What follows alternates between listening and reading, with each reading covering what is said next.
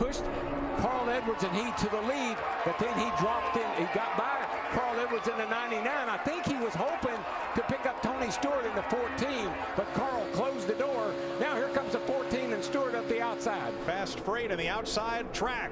Tony Stewart, Kevin Harvick, Jamie McMurray.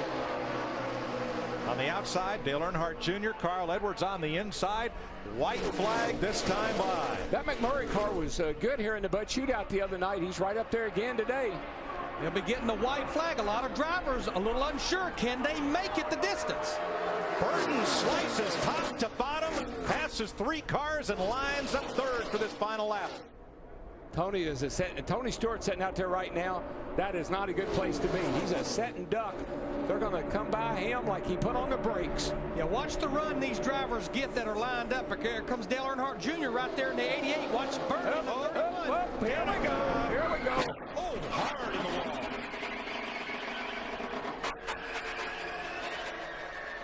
And she's all right after a hard crash, and the caution flag is out. The race is over. That's Tony Stewart will win the race. God, we got that camera in there with Danica and see she's fine. Checkered flag. Tony Stewart leads Dale Earnhardt Jr. and Marcus Ambrose across the line. But they got stacked 4 wide coming out of turn number 2. Danica was on the inside, and when all that contact was made, she was the one that ended up going for the wild ride. And she'd done such a nice job. I mean, we'd been watching her, keeping her nose clean. That's a very unfortunate event. See if we can see exactly what happened here as we look down the back. Back of the pack in the inside, and they're 4 wide across here, just about, as Allmendinger leads them way up the high side. Where is the contact? Somebody's going to come down into her, I think. Almirola. Yeah, right there. He got on the bumper of it. Looked like McMurray's car, the one, turned him a little bit to the left. Thank God for safer barriers. That was a hard lick. It's almost that car didn't even look like it slowed down as it was going across there. I'm so glad that all these racetracks have put safer barriers where we never had them before, and here's a perfect example. Bonnie and Bush. 2 to go. And again, Biffle brings him across. And here comes Boyer, who is a lap down, trying to spoil his party. But watch these 2 drivers on the outside. Watch Matt Kenseth in that 17 and Jimmy Johnson in the 48. Regan Smith aligned on the back bumper of Greg Biffle with 1.5 laps to go. I think Blaney in a qualifying spot, and Nemechek. The water's blowing. It doesn't matter now. You're coming to the white flag. You're not even looking at the water temperature gauge. The engine could be blowing. You don't really care. You're coming to the front, and that's what matters. Look at the difference. About 5 miles an hour right there going into turn 3. Biffle on the bottom. Here comes his teammate Matt Kenseth with help from Jimmy Johnson. He says, Biffle slides up, covers the spot, and they go to the inside against him. What a move by Matt Kenseth. No, what a bad move by Greg Biffle. He should have never done that. He should have held that bottle.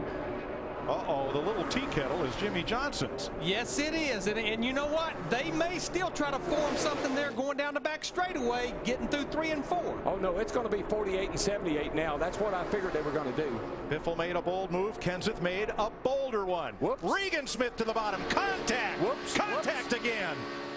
And Kurt Busch a lap down on the outside.